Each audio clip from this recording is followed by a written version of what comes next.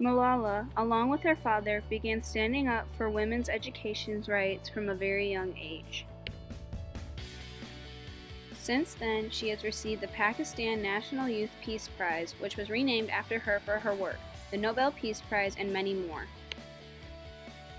With donations to the Malala Fund, she has recently opened a school for Syrian refugees.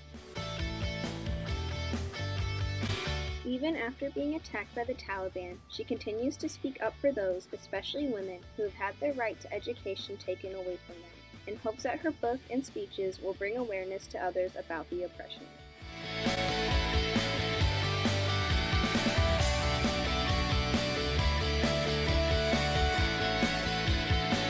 In her book, Malala tells of the struggles her father encountered starting up a school in Pakistan. It was called the Kushal Public School. She also talked about the risks of girls attending school with the threat of the Taliban. She was at the top of her class and would do anything to continue to go to school.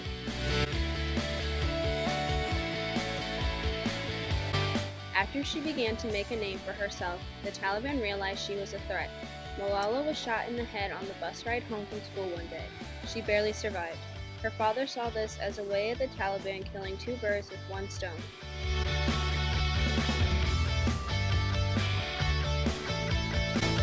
As soon as she healed, she continued with school in the UK and gave more speeches about education.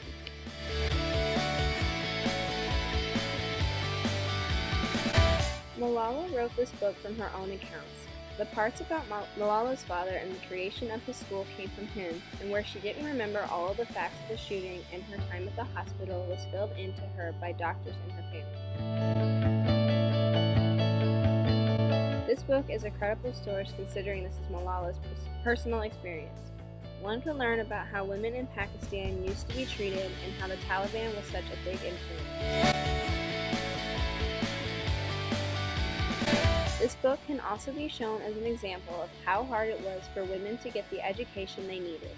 It is a reliable source because what Malala discusses is still a problem today, and she is an example of how people should react to the problem of education. The recent history covered in Malala's book is still relevant to the world. Her story is covered in newspapers and magazines, and the Malala Fund continues to raise awareness and money for the education in poor and oppressed countries.